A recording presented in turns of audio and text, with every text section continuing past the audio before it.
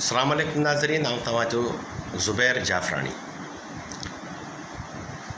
मुंहिंजे YouTube channel Zubair जाफ़रानी जे नाले सां उनखे सब्सक्राइब करियो ऐं पंहिंजे दोस्तनि ते वंड करियो त जीअं सिंध जे तमामु नामवर शाइरनि जी शाइरी तव्हां ताईं पहुची सघे। लाड़ बदीन पट जो हिकु इंतहा ख़ूबसूरत शाइर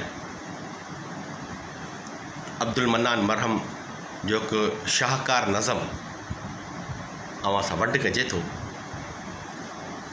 जंहिंजो पस मंज़र आहे त हिकु गोरीलो पंहिंजे वतन जे आज़ादी जे लाइ वञे थो त हुनजी महबूबा हुनखे वकोड़ वॼे थी त तूं मूंखे छॾे न वञ, त उहो गोरीलो हुनखे जवाबु ॾिए थो। इन पस मंज़र ते इहो नज़म आहे। शाइर चए थो, तुंहिंजे ॿाहुनि में चूड़ियुनि जी मौसम हुजे, तुंहिंजे पेरनि में छेरनि जी छम छम हुजे, दूर तोखां क़यामत ताईं गम रहे। मुंहिंजो राहुनि त कंडा हटाए न तूं, मूंखे ज़ुल्फ़नि जो क़ैदी बणाए न तूं, छॾ मां तारीख़ जो वर्क बणिजी पवां, छॾ मां तारीख़ जो वर्क बणिजी पवां ऐं सदियुनि ताईं लिखिबो ऐं पढ़िबो अचां।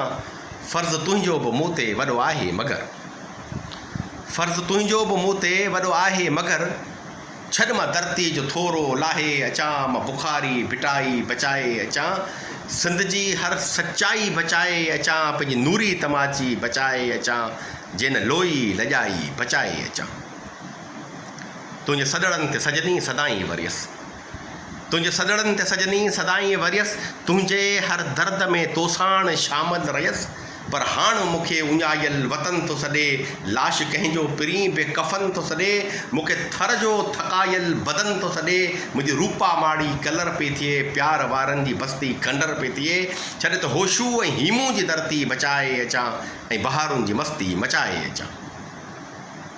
उनखां पोइ जे पिरी वरी आयसि तुंहिंजे दर ते, उनखां पोइ जे पिरी वरी आयसि तुंहिंजे दर ते, तुंहिंजे नेणनि ते वेही पोइ ॻाल्हाइबो, तुंहिंजे ज़ुल्फ़नि ते वेही तोखे परचाइबो, तोखे तुंहिंजनि ॻाल्हियुनि सां बहलाइबो, तोखे तुंहिंजनि ॻाल्हियुनि सां बहलाइबो। तव्हांजी वॾी महिरबानी। जीअं सिंध, जीअं सिंधी ॿोली। महिरबानी।